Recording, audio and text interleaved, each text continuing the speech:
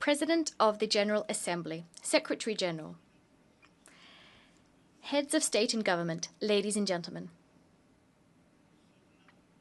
We've gathered here because the time has come. The time has come to free the 48 hostages detained by Hamas.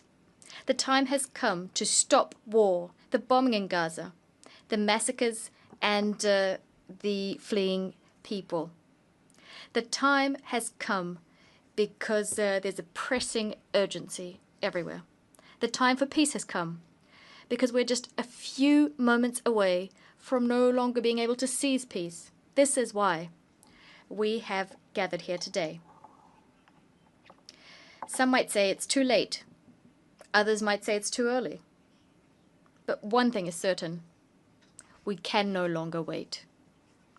In 1947, this assembly decided on the splitting of mandatory Palestine across two states, a Jewish state and an Arab state, thus recognizing the right of each of them to self-determination. The international community granted to the state of Israel at last fulfilling the destiny of this people after millennia of roaming and persecution, and Israel founded a beautiful democracy there. The promise of an Arab state to date remains unfulfilled. Since then, there's been a long path of hope and despair intertwined, which Israelis and Palestinians have gone down, each in their own way.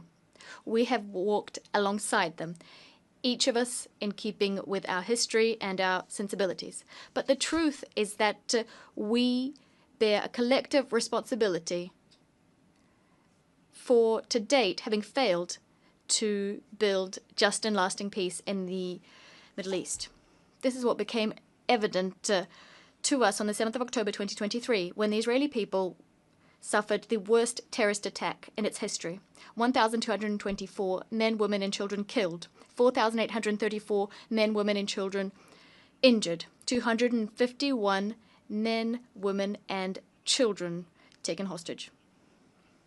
The cruelty of Hamas and all those who collaborated in this massacre dumbfounded Israel and astounded the world.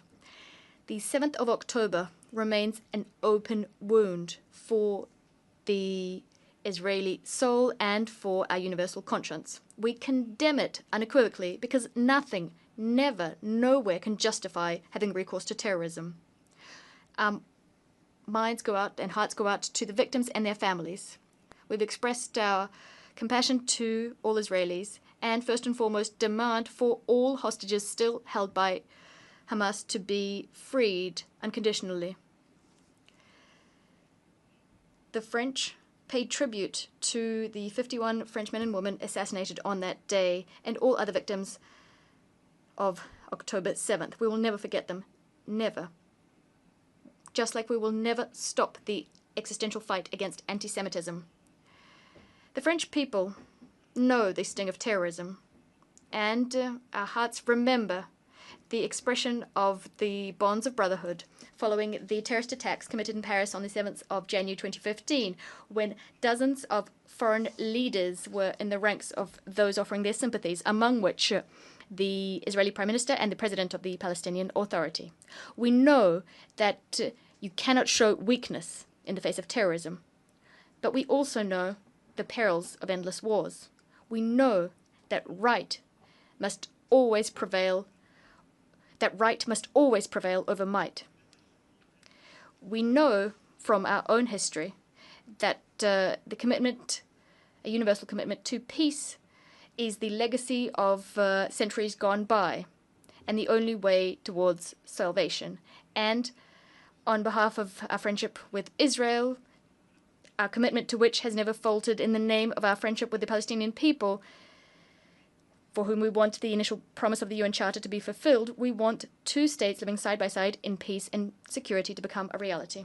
However, currently Israel is further extending its military operation in Gaza with the stated objective of destroying Hamas. But there are hundreds of thousands of people who have been displaced, injured, famished, traumatized. Their lives are still being destroyed. although Hamas has been considerably weakened, and despite the fact that negotiations on a permanent ceasefire are the surest means of ensuring the release of hostages, nothing justifies the ongoing war in Gaza. Nothing. On the contrary, everything compels us to definitively end it, since we didn't do it earlier. We must do this to save lives. The lives of Israeli hostages detained in atrocious conditions, the lives of hundreds of thousands of Palestinian civilians who are tormented by hunger, suffering, the fear of dying, mourning for their loved ones. We must save all lives, because for almost 2 years now, it is the denial of the humanity of the other and the sacrifice of human life which have prevailed. Yes, since the 7th of October, it is the life of the other that is being denied. We've been saying this since the first day of the war in Gaza. A life is a life. I know this because I held in my arms the families of hostages I met in Tel Aviv and in Paris. I'm thinking of the mother of APT David, a hostage who was famished and displayed.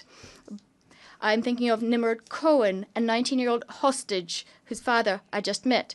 I also know this because I was at the bedside of the Palestinian victims of Israeli military operations, refugees in Al Arish, women and children. I will never forget the way they looked at me. I know this because I met young people from Gaza who we are hosting in France. I'm thinking of Rida Baroud, who should have been with us today, who continues to bear witness to the distress of her loved ones in Gaza. A life is a life. We are duty-bound, all of us, to protect each other. This duty is indivisible, just as our common humanity is indivisible. There is a solution, a way of breaking the cycle of war and destruction. It lies in the recognition of the other, of his and her legitimacy, humanity, and dignity. We must reopen our eyes and see human faces there where war has deposited the mask of the enemy or the marks of a target.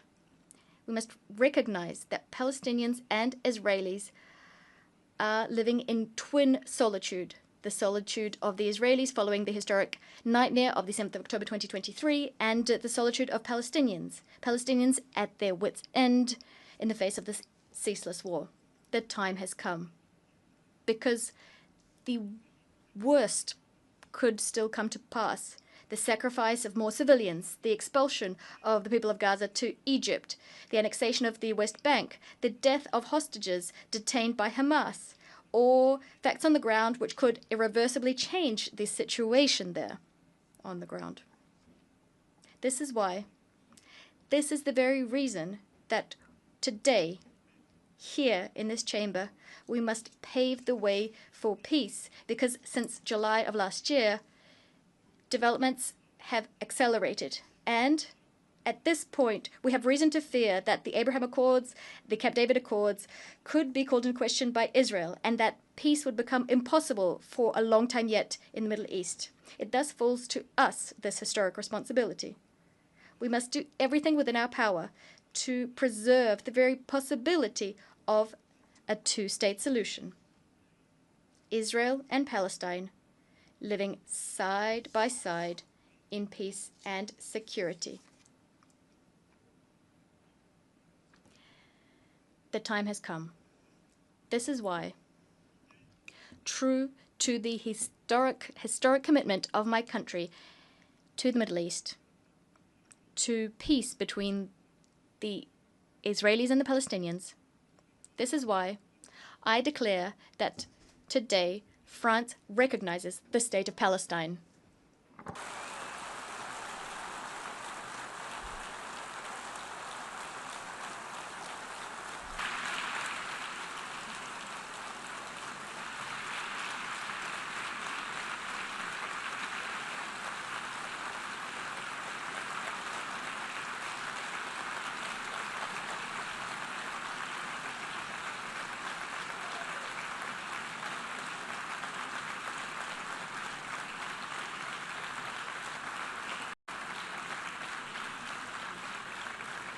Cette reconnaissance This recognition is a way of affirming that the Palestinian people is not a people too many. On the contrary, this is a people who never says goodbye to anything, as Mahmoud Darwish said. A people with a strong history, roots, and dignity. The recognition of the legitimate rights of the Palestinian people takes nothing away from the rights of the people of Israel, who France supported from day one, and to the respect of which it is staunchly committed. This is why we're so convinced that this recognition is the only solution that will allow for Israel to live in peace. France has never wavered standing by Israel's side, even when its security was at stake, including when there were Iranian airstrikes.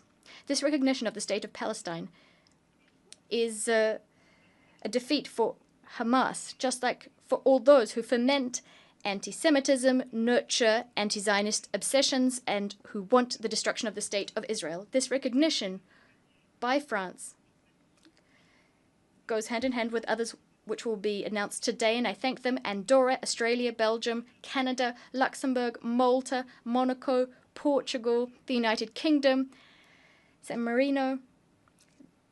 They are here today.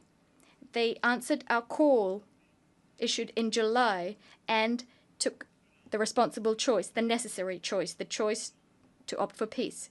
Spain, Ireland, Norway, and Sweden are also going down the same path, and many others did before us too. This recognition paves the way for useful negotiations, useful for Israelis and Palestinians.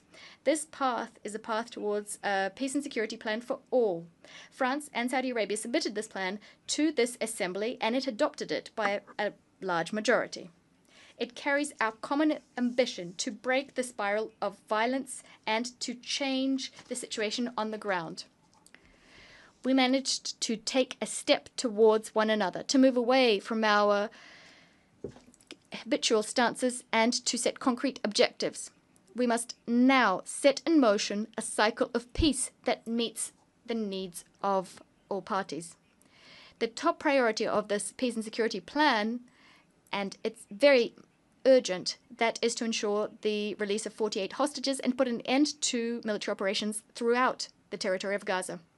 I commend the efforts undertaken by Qatar, Egypt, and the US to achieve this. I ask Israel to do nothing more that would thwart these efforts coming to fruition. Hamas was vanquished on the military front as we neutralized its leaders and decision makers. It must also be vanquished politically to be truly dismantled. As soon as a ceasefire is agreed, we must mount a massive collective effort to provide assistance to the people of Gaza. I'd like to thank Egypt and Jordan for their commitment and recall Israel's absolute obligation, that is to facilitate humanitarian access to Gaza to assist its population, which has lost everything. The second priority is to stabilize and to rebuild Gaza. A transition administration incorporating the Palestinian Authority as well as the young people of Palestine, together with security forces, the establishment of which we will accelerate, will have the monopoly over security in Gaza. It will implement the dismantlement and disarmament of Hamas, and this with the support of international partners and the necessary means required for this difficult mission. France stands ready to contribute to an international stabilization mission, as well as to support, together with our European partners, the establishment and equipping of Palestinian security forces. As soon as negotiations permit, the Security Council could decide to deploy a civilian and security support mission, liaising with the Palestinian authorities and with the consent of the Israeli authorities. Furthermore, it'll be up to the state of Palestine to give hope to its people, tested by years of violence and occupation, division, and negligence. It will be up to the state of Palestine to give its people a framework for democratic expression, a framework that's been renewed and that is secure. President Mahmoud Abbas committed to this before Prince Mohammed bin Salman and myself. He forcefully condemned the terrorist attacks committed on the 7th of October 2023. He reiterated his commitment to disarming Hamas and committed to excluding Hamas from future governance in Gaza, as well as from future governance throughout Palestinian territory. He reaffirmed his commitment to combating hate speech and promised an in-depth overhaul of Palestinian governance.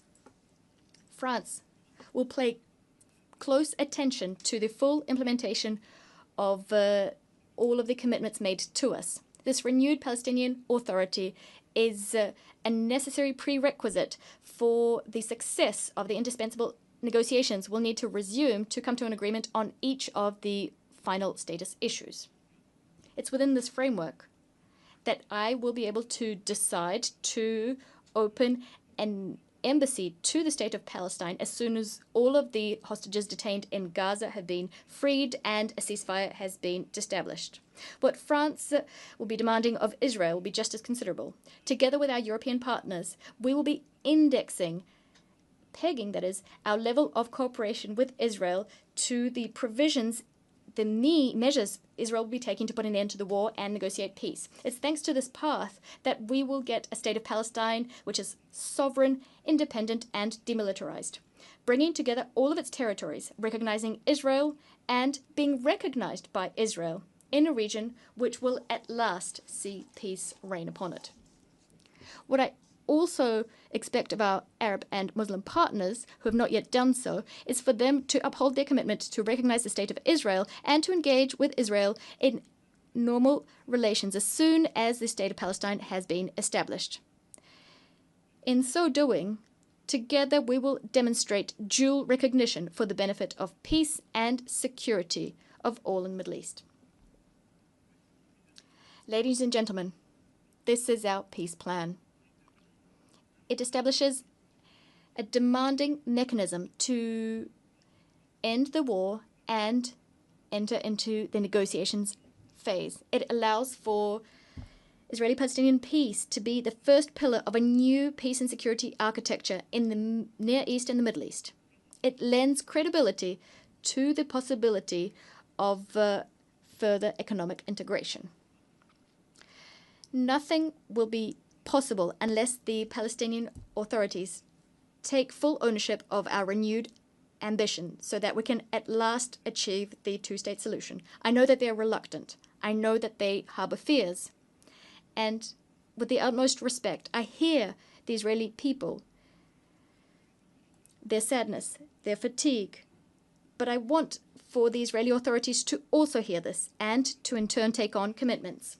I know that the Israeli people and the Israeli leadership have the strength to do this. I remember when I was a young man, when I learnt of the horrible assassination of Yitzhak Rabin, almost 30 years ago. He was killed for wanting peace. When death was about to claim him, the heroic warrior of the State of Israel said, and I quote, I fought so long as there was no chance of peace, end of quote. But today, there is such a chance. Today, here, 142 states are proposing this peace. They're extending out their hands, ready to be shaken. So yes, the time has come to put an end to the war in Gaza. Massacres, death, right now. Urgency is what drives us. The time has come for Israel to live in peace and security from the Galilee to the Red Sea, through the Dead Sea and the Lake of Tiberias and Jerusalem. The time has come to no longer talk about the existence of the State of Israel. It's self-evident. The time has come to do justice to the Palestinian people and thus to recognize the State of Palestine, a brotherly country, a neighbor in Gaza, in the West Bank, and in Jerusalem. The time has come to cast out from these lands the vile face of terrorism and to forge peace. Yes, to forge peace. This is what has brought us here today. And we're very hopeful that we will be able to forge it. It is a choice we must make. It is our duty. Peace is much more difficult. It demands much more of us than all wars.